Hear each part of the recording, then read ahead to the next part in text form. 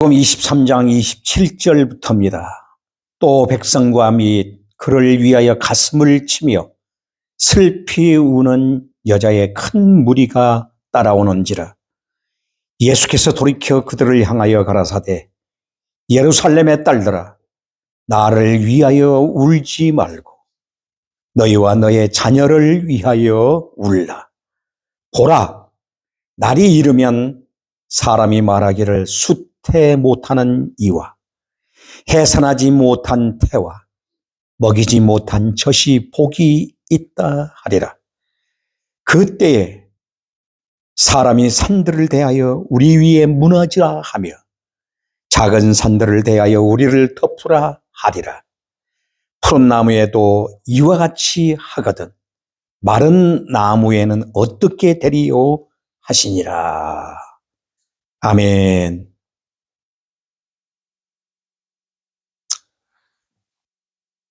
오늘 저는 본문 말씀을 통해서 십자가 주변 사람들 두 번째 이야기를 함께 나누고자 합니다. 지난주에 십자가를 대신 지고 골고다로 오르신 예수님이 그 십자가에서 그 십자가를 지고 견딜 수 없어 쓰러지고 넘어지실 때에 로마의 군인이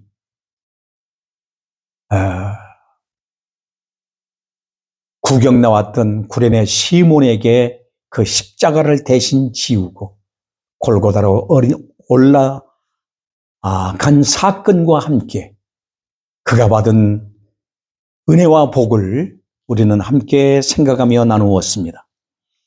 오늘은 그 두 번째로 십자가 주변 사람들 이야기를 생각하면서 은혜를 나눌 때에 하나님의 심정이 느껴지는 은혜의 시간 되기를 바랍니다.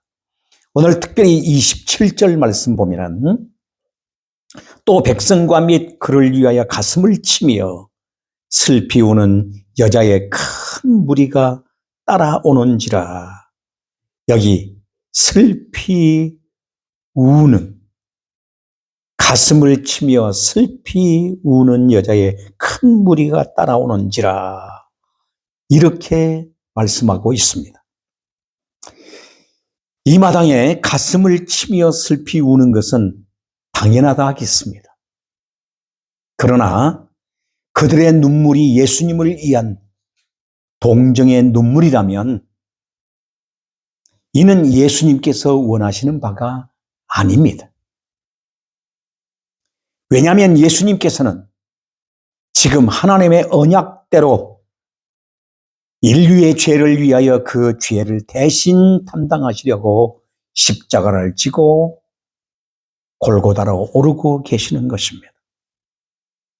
요한복음 6장 38절을 보면 내가 하늘에서 내려온 것은 내 뜻을 행하려 함이 아니요 나를 보내신 이의 뜻을 행하려 함이라고 말씀하고 있습니다.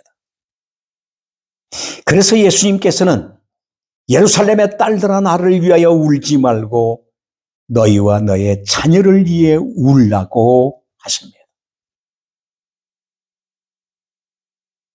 헤롯의 신문, 또한 빌라도의 신문, 백성들의 조론과 또한 핍박 속에서 계속 신문을 받으시면서 잡수시지 못하고 주무시지 못하고 지칠 대로 지친 육신을 가지신 예수님. 십자가마저도 질 수 없어 가다가 쓰러지고 넘어져서 대신 구레네 시몬에게 지워야만 했던 그 예수님. 그럼에도 불구하고 뒤를 따르는 무수한 여인들을 향하여서 안타까운 심정으로 예수님은 구속사의 의미를 저희들에게 바르게 심어주시기 위해, 복음의 비밀을 심어주시기 위해 예루살렘의 딸들아, 성경에 보면은 이스라엘 전체를 여성화하면서 딸들아, 이렇게 표현을 했습니다. 그래서 여기 딸들이 바로 이스라엘 전체를 표현하고 있지만은 예수님의 뒤를 지금 따르던 수많은 여인들, 예수님께로부터 은혜를 받고 예수님께로부터 사랑을 받고 예수님께로부터 치유를 받고 예수님께로부터 귀신이 떠나감을 체험한 이 여인들이 뒤에 수없이 많이 따르고 있었다는 것을 암시하고 있습니다. 그러나 그 따르고 있는 그들을 향한 예수님이 주시고자 하시는 메시지가 바로 무엇이 담겨 있는가를 우리는 알아야 한다는 겁니다.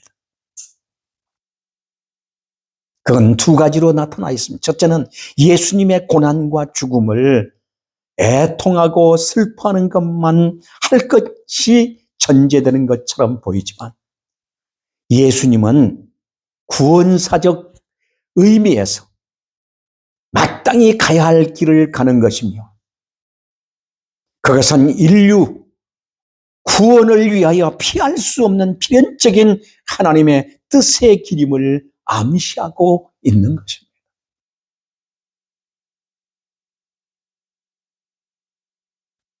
예수님의 십자가는 당시의 어떤 하나의 사건만을 다루는 것이 아닙니다.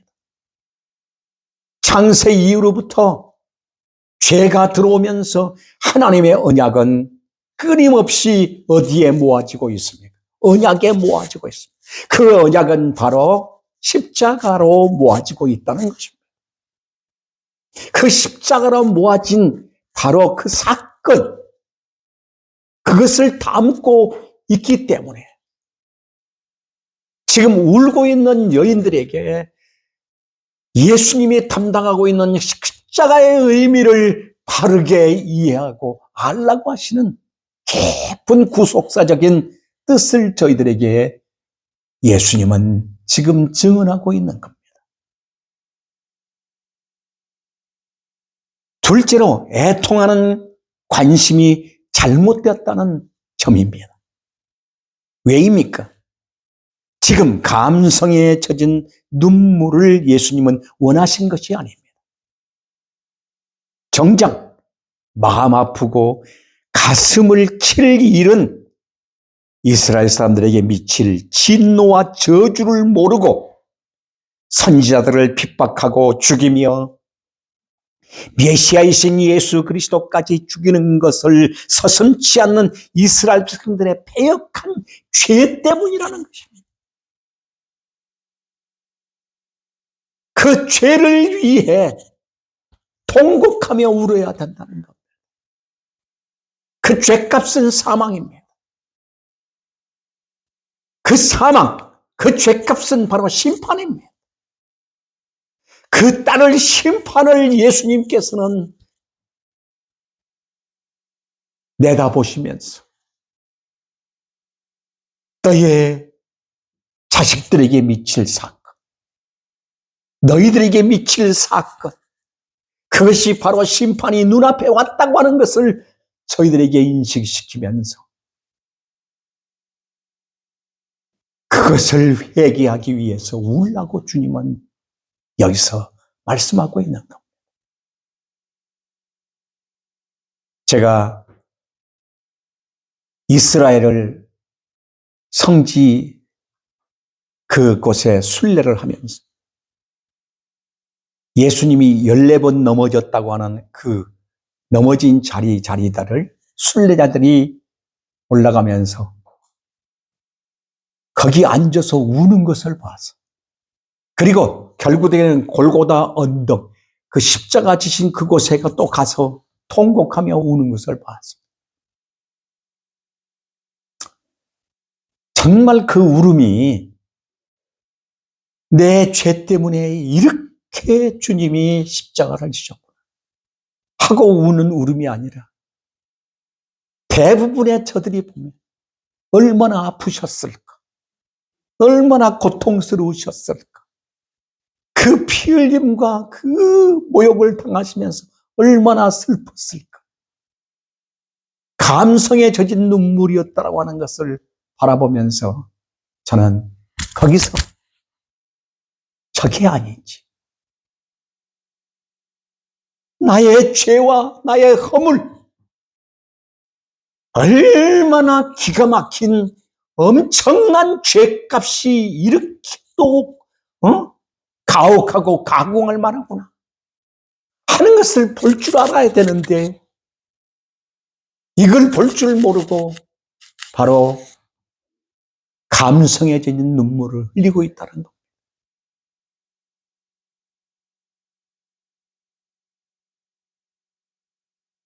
그래서 예수님은 너희와 너의 자녀를 위해 울라고 이렇게 저들에게 경고의 말씀을 주시고 있습니다. 십자가 행렬에는 유대 백성들과 예수님을 십자가에 못 박으라고 외치던 무리들, 그리고 관원들, 구경꾼들까지 큰 무리가 뒤따르고 있었습니다. 예수님은 이들에게 닥칠 큰 환난의 때를 보신 것입니다.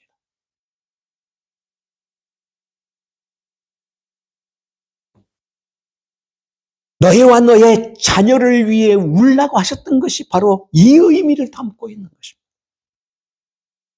여기서 날이라고 하는 말, 이 날이라고 하는 말, 그때는 그때라고 하는 말, 이 말이 바로 복수로 쓰여지고 있습니다. 복수로 쓰여졌다고 하는 말은 이제 이후로부터 시작해서 계속 죄값으로 말미암아 심판이 계속 따르고 결국에는 예수님의 재림시에 대심판, 대환란과 함께 대심판이 일어날 것을 예수님은 말씀하고 있었던 것입니다. 그래서 그때는 심판의 날이라 이렇게 선포하고 있는 것입니다.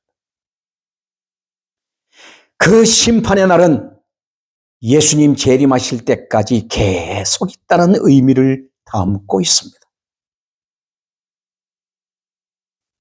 그 심판의 날이 얼마나 무서운지 차라리 여기 성경에 보니까 뭐라고 말? 예수께서 돌이켜 그들을 향하여 가라사대 예루살렘의 딸들아 나를 위하여 울지 말고 너희와 너의 자녀를 위해 울라. 보라 그러시면서 예수님이 얼마나 저들에게 닥칠 심판이 얼마나 무서울 것을 예수님이 경고하시면서 기진맥진하신 예수님께서 힘을 내어 보라. 날이 이르며 사람이 말하기를 수태 못하는 이와 해산하지 못한 배와 먹이지 못한 젖이 복이 있다 하리로다. 여기서 복이 있다 하리라 이렇게 말씀하고 있습니다. 이스라엘 백성들은 여인이 아이를 낳지 못하고 해산하지 못하고 젖 먹이는 아이가 없다면 하나님께로부터 저주받은 인생이라고 해서 불행한 인생으로 이와 같이 아주 여겨져 있습니다. 그런데 얼마나 무서운 심판이 이르는지 여기 보니까 수태 못하는 이와 해산하지 못한 태와 먹이지 못한 젖이 오히려 복이 있다라고까지 여기서 예수님 말씀하고 있습니다.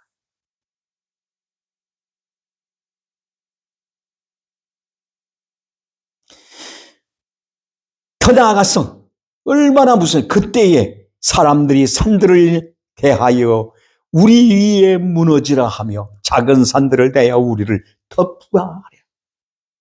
견딜 수 없어서 참을 수 없어서 산들에 대하여 우리 위에 무너져서 빨리 무덤 위에 되게 해달라. 작은 산들에 대해 우리에 덮으라. 더 이상 견딜 수가 없다. 그런 엄청난 심판이 이르게 된다는 것.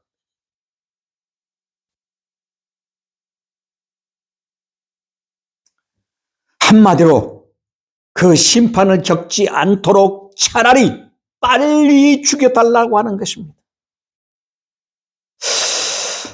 실제로 예루살렘이 예수님 십자가에 처형당하신 지 약 40년 후 AD 70년에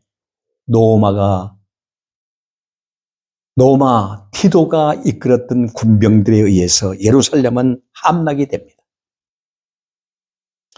예수님의 예언대로 그대로 성취가 되어집니다.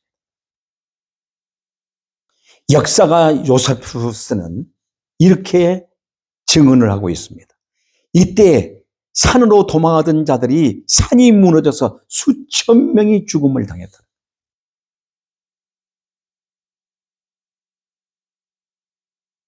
9만 7천 명이 포로로 끌려갔고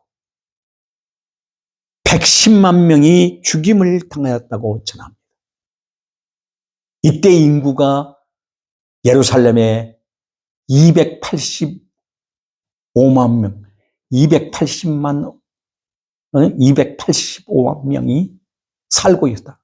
그러니까 110만 명이 죽었다는. 그러니까 얼마나 무수한 사람이 죽임을 당했어요. 처참하게.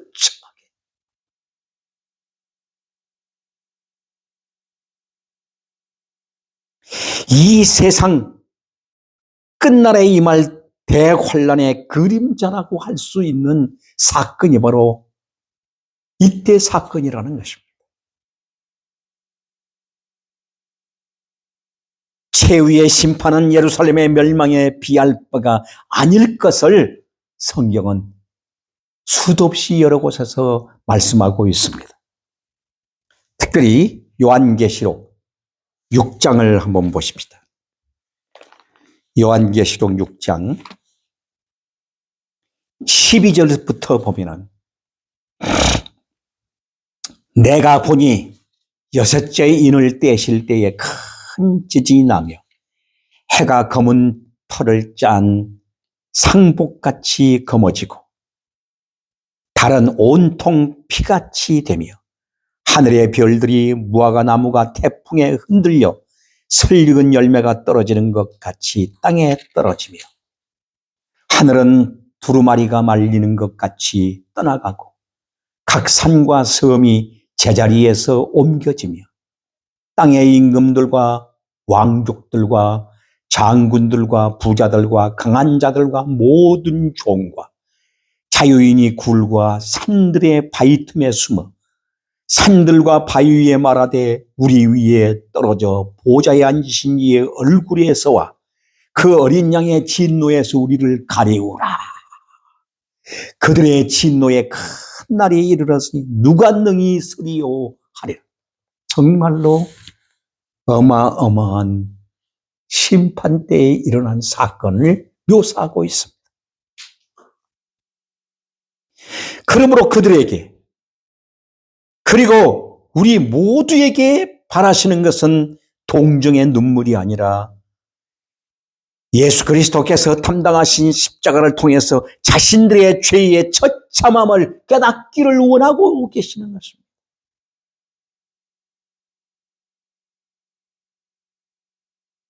우리들의 죄의 대가는 하나님의 아들을 십자가에 못 박았습니다. 십자가를 통해서 내 죄의 처참함을 보아야 합니다.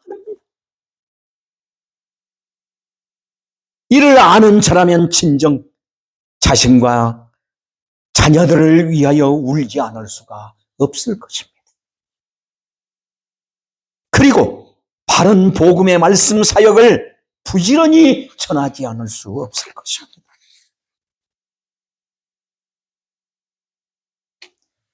우리는 무엇을 위해 애통하고 있습니까? 우리가 애통해야 할 일이 어떤 것입니까?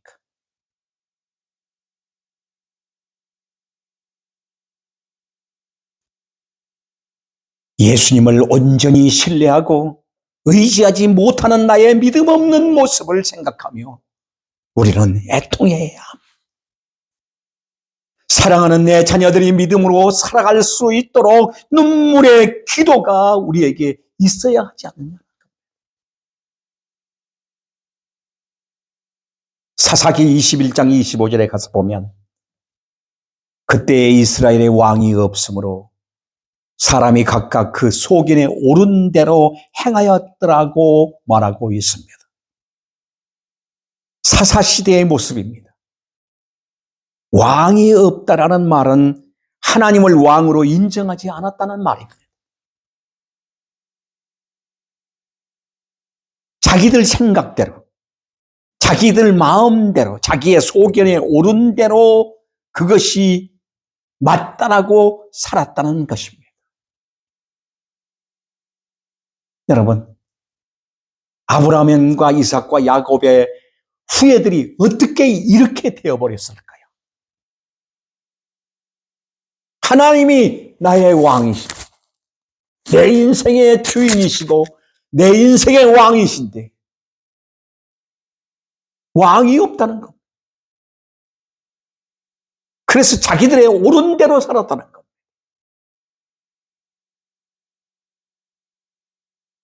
오늘 이 시대는 어떻습니까? 예수를 믿는다고 하면서 입술로는 믿음 하지만 사실은 자기들 속에 자신이 주인이 되고 자신이 왕이 되고 자신이 절대자가 되어서 하나님을 부리고 있는 이런 모습들을 우리는 보게 됩니다.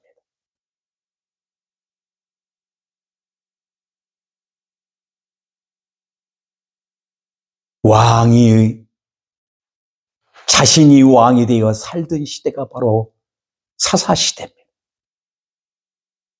그러면서 사사기 2장 10절 말씀해 보면 그 세대의 사람들 다 열조에게로 돌아갔고 그 후에 일어난 다른 세대는 여호와를 알지 못하며 여호와께서 이스라엘에게 행하신 일도 알지 못하였더라고 말하고 있습니다. 자, 후의 세대는 다 열조에게 돌아갔습니다. 그 후에 일어난 세대, 후예들이 바로 어떤 존재들입니까?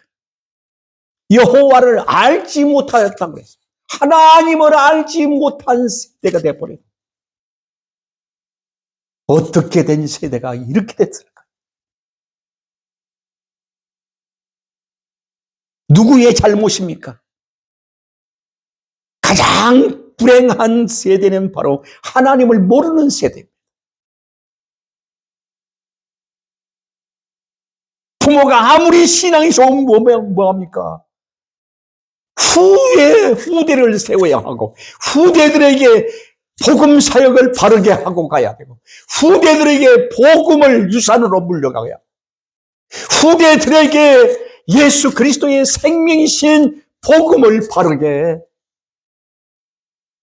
후대들에게 유산을 주고 가야 하는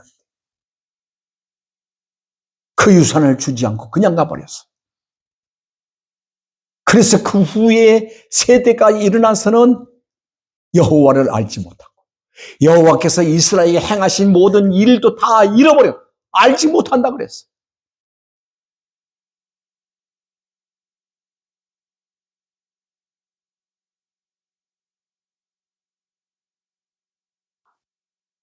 가장 불행한 것이 하나님을 모르는 거예요. 누구의 잘못입니까? 자신과 자녀들을 위하여 말씀 사역을 하지 않았고 울지 않았던 부모들의 기도가 없는 세대였다.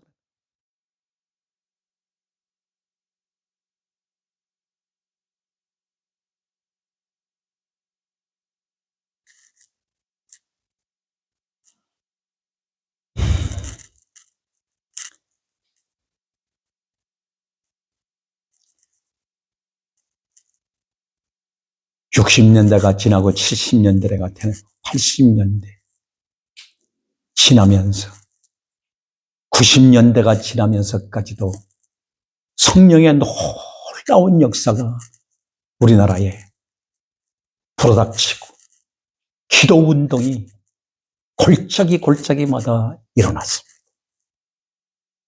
밤이 새도록 비누 하나 가지고 산 꼭대기에 올라가서 기도했어. 이렇게 해서 복음을 유산으로 자녀들에게 물려주며 이 땅에 복음을 확산시켰습니다.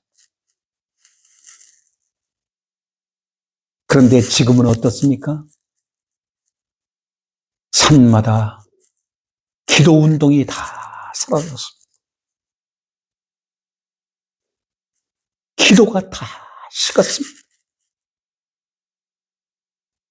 복음을 모르는 세대로 완전히 전락해버리고 말입니다. 영국은 해가 지지 않을 정도로 생명의 복음이 확산되면서 선교사들이 세계에 나가서 복음을 전하는 나라였습니다. 그런데 지금은 선교사들이 한 명도 나가지 않고 있습니다. 그러다 보니까 영국은 우리나라에 복음을 주기에 오셨던 선교사님 파송된 그 교회가 오늘날에는 노인들만 몇 명 앉아있는 교회로 전락해버리고 말았다는 거예요.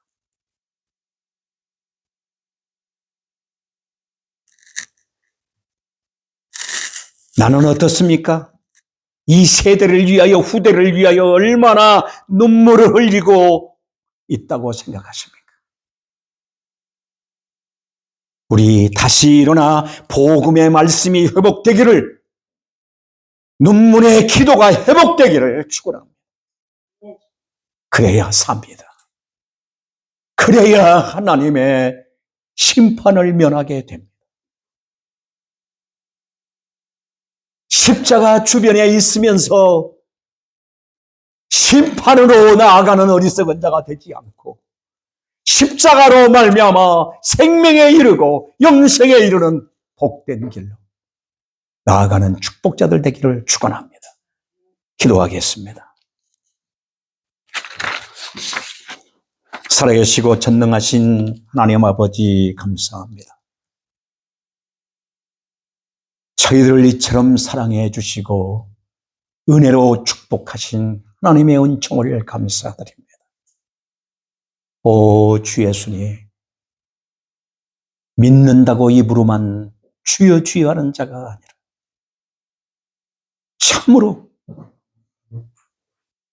내 속에 십자가 복음이 살아있게 하시고 십자가의 도가 살아있어 오늘 이 시대를 향하여 나는 무엇을 하고 있는가 내 정체성을 바르게 알게 하여 주시고 이 복음 위의 생명이라도 이 역사, 이 생명 살리기 위해 기도의 무릎을 쉬지 않는 저희들의 삶이 되게 하옵소서. 감사드리며 예수 그리스도 이름으로 기도하옵나이다. 아멘.